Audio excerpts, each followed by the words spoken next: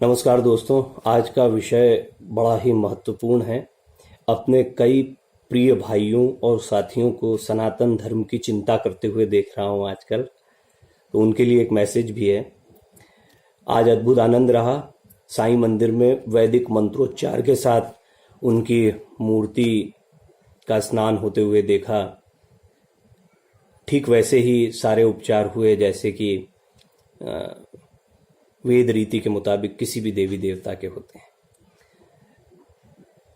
साईं राम बोलिए, साईं भगवान बोलिए, साईं बाबा बोलिए, एक दूसरी पूजा पद्धति को मानने वाले परिवार में या समूह में उनका जन्म हुआ और वो उसका अनुपालन करते रहे। जैसा कि उनके बारे में लिखे गए साहित्य से पता चलता है। लाहिड़ी महाशय जो कि युक्तेश्वर गिरी जी, जो योगानंद परमहंस के गुरु थे, उनके गुरु लाहिड़ी महाशय से दीक्षित हुए योग में साईं बाबा। ऐसे भी कई जगहों पर तथ्य मिलते। मैं तथ्यों में नहीं जाऊंगा। एक बात निश्चित तौर पर साफ है कि वो योग परंपरा को मानते थे और निश्चित ही उन्हें योग की प्राप्ति हुई थी।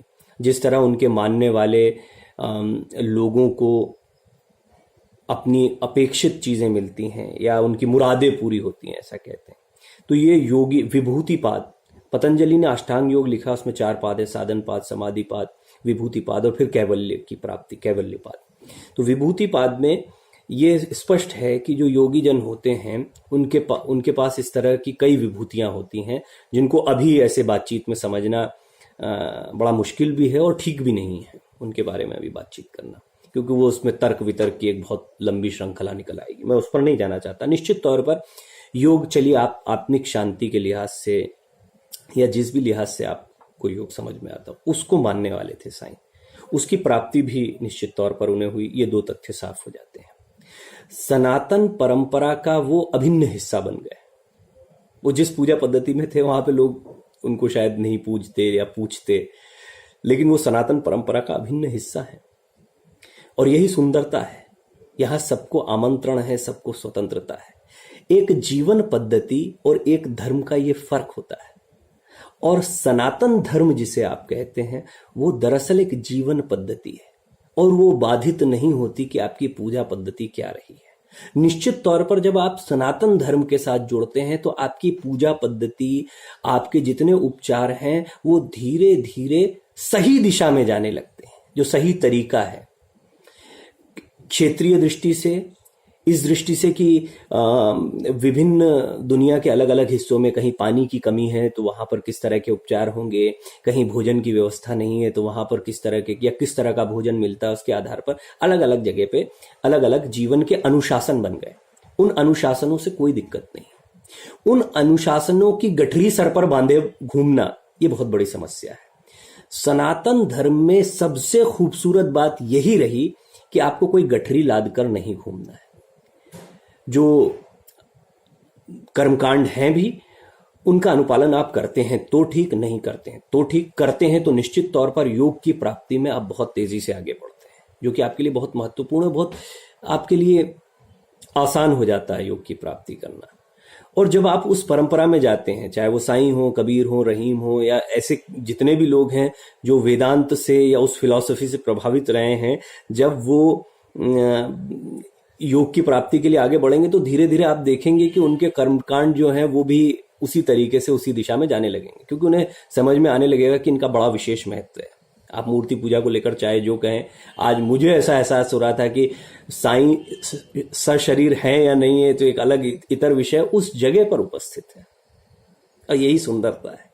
श्लोकों के साथ जब उनका अभिषेक हो रहा था, मुझे लगा कि आज जो धर्म की चिंता करने वाले मेरे प्यारे साथी हैं उनको मैं जरूर ये बात कहूं कि आपको धर्म की चिंता नहीं करनी है, धर्म आपकी चिंता करेगा। कैसे करेगा? आपको सिर्फ इच्छा करनी है, मन में अटल विश्वास करना है, जो स्वामी विवेकानंद के मन में था या आदि शंकराचार्य के मन में था। कोई समूह नहीं था, कोई आंदोलन भी था तो ऐसा था कि जो स्वयं की बातों से खड़ा किया हुआ था। लोग पीछे चल दिए अपने आप। आपको वो जीवन मिल सकता है जो कभी भी किसी भी महामानव को इस धरती पर मिला। ये स्वामी शरणानंद का वचन है। और मैं इसमें थोड़ी चीज ये जोड़ना चाहूंगा कि मानव का धर्म ही सनातन धर्म है, वैश्विक धर्म ही सनातन धर्म है। निश्चित तौर पर आप उसको देश की कि हम पहले अफगानिस्तान में था और श्रीलंका में था और थाईलैंड में था और पाकिस्तान में था, बांग्लादेश, सब कहते हैं। सही चीज हर जगह पैदा होगी। एक समय ऐसा रहता है जबकि असत्य हावी होता है, वो देखने को मिलता भी है। लेकिन विश्वास करिए, ये मानव मात्र की तीव्र इच्छा है कि वो अच्छा और सच्चा जीवन जिए। और यही तीव्र इच्छा सिर्फ भारतवर्ष के नहीं, दुनिया भर के मनुष्यों को इसी दिशा में ले जाएंगे जहां पर शिरडी साईं गए, जिसके बारे में स्वामी विवेकानंद बोलते रहे, रामकृष्ण परमहंस बोलते रहे, आदि शंकराचार्य बोलते रहे, उनसे पहले वेदांत बोलते रहे। और ऋषियों की इतनी बड़ी परंपरा है, इतनी बड़ी परंपरा है जिसका बखान यहां पर नहीं किया जा सकता। हम तो बहुत छोटे लोग हैं जो सिर्फ उसके बारे में थोड़ा सा सोचकर, उसको थोड़ा सा समझकर आंदोलित हो जाते हैं। और सचमुच में मुझे गर्व है कि मैं इस परंपरा का हिस्सा हूं। और मैं आपसे भी ये गुजारिश करता हूं, और धर्म आपकी रक्षा कर रहा है, आपको नहीं करनी धर्म की रक्षा। आप उस परंपरा का ठीक ठीक अनुपालन करें और बाकी चिंताएं छोड़ दें। विश्वास करिए, आपको चिंता नहीं करनी होगी। आप उस व्यक्तित्व को बनाएं जो व्यक्तित्व आज भी आप तस्वीरों के माध्यम से शिरडी साईं या स्वामी विवेकानंद या और अन्य हमारे जितने भी संत महात्मा रहे हैं उनकी तस्वीरों के जरिए आप रखते हैं। उस व्यक्तित्व की तरफ जरा कदम बढ़ाएं और देखें सनातन परंपरा की सुंदरता क्या है, किस तरह आप स्वयं एक महामानव बनने की तरफ आगे बढ़ते हैं। आपका मंगल हो, ऐसी उम्मीद करता हूं। धन्यवाद, आपने ध्यान से सुना।